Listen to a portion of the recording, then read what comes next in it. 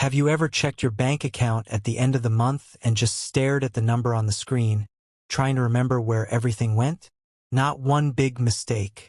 Not one huge disaster. Just gone. Or maybe this thought sounds familiar. If my income were higher, everything would finally be okay. If I just earned more, I wouldn't feel this pressure. But here's the uncomfortable truth most people avoid. Most of the time, the problem isn't money. It's not income. It's not even the economy. It's our quiet, invisible escape from financial responsibility. Let's imagine a scene you've probably lived more than once. Your salary hits your account.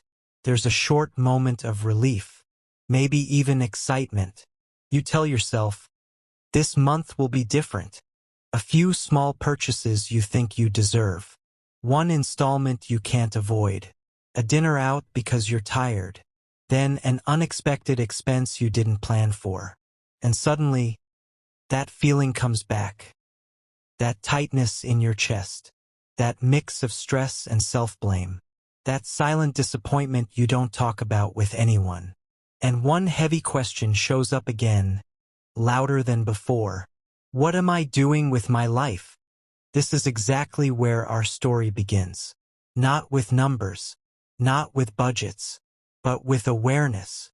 From the perspective of behavioral psychology, the human brain is wired in a very specific way. Our brain is addicted to instant pleasure. This is called immediate gratification. What does that really mean? It means your brain prefers comfort now over security later. It would rather reduce pain in this moment, even if that choice quietly damages your future. When we make impulsive purchases, when we say we'll start saving next month, when we avoid looking at debt, our brain thinks it's helping us. It's saying, relax, don't feel bad right now, we'll deal with it later. But later always comes, and the pain it brings is usually much bigger. Here's the first real shock in this journey. Most financial decisions are not logical. They're emotional. They're reactions, not plans. As you move deeper into this discovery, you start to notice patterns. People usually fall into one of three behavioral responses when it comes to money. Some people become avoiders. They don't even check their bank accounts. They ignore messages from the bank.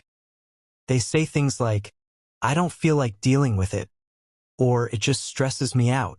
The pain here isn't obvious.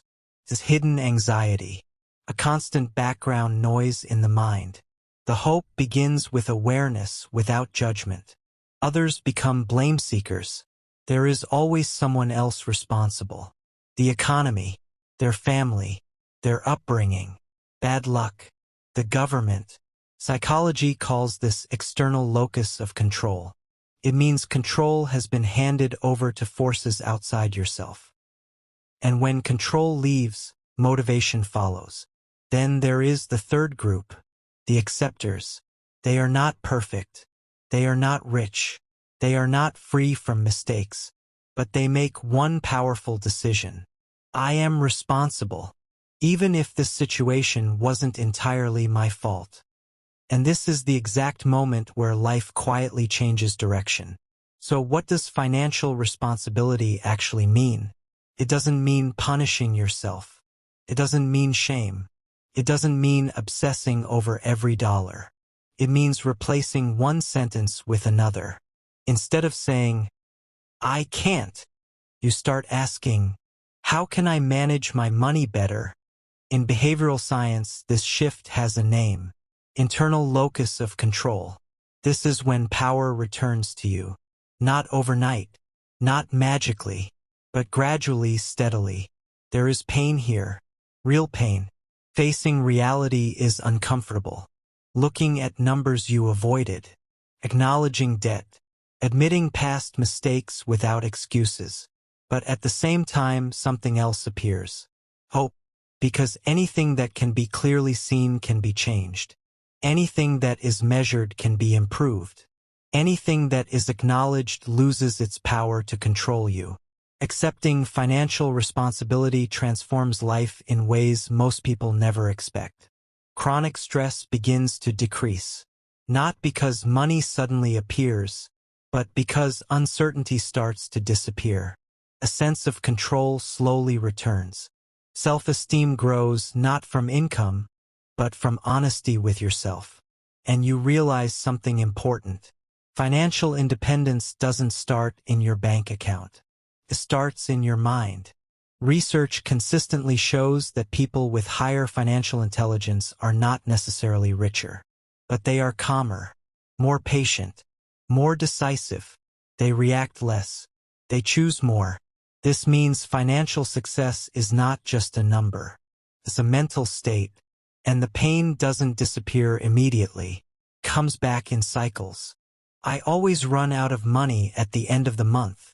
The insight is realizing you don't yet understand your spending patterns.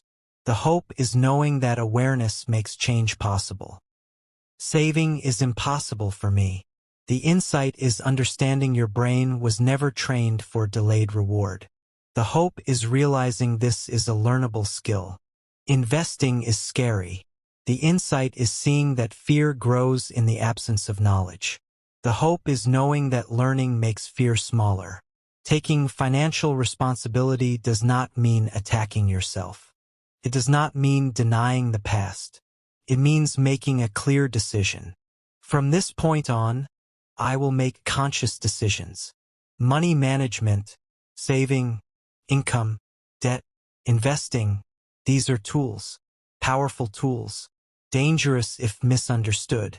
Life-changing if used intentionally. But above all of them, there is one thing. Your mind. Your mind is the commander. If this video gave you even a small wake-up call, if you felt understood instead of judged, then you're in the right place.